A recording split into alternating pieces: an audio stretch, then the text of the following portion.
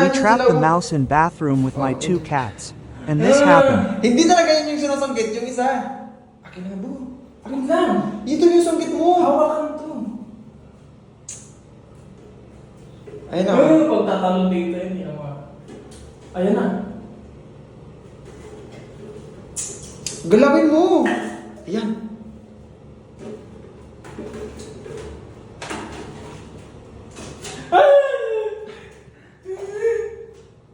Kailangan bumaba yan. Ayun na sila, ayun na sila. Habulin nyo, harapin nyo.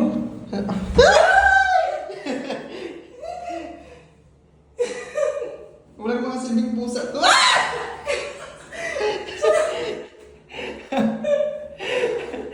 Sige na, kunin mo para magkasilbi ka. Nasa basurahan. Takot din eh. Takot.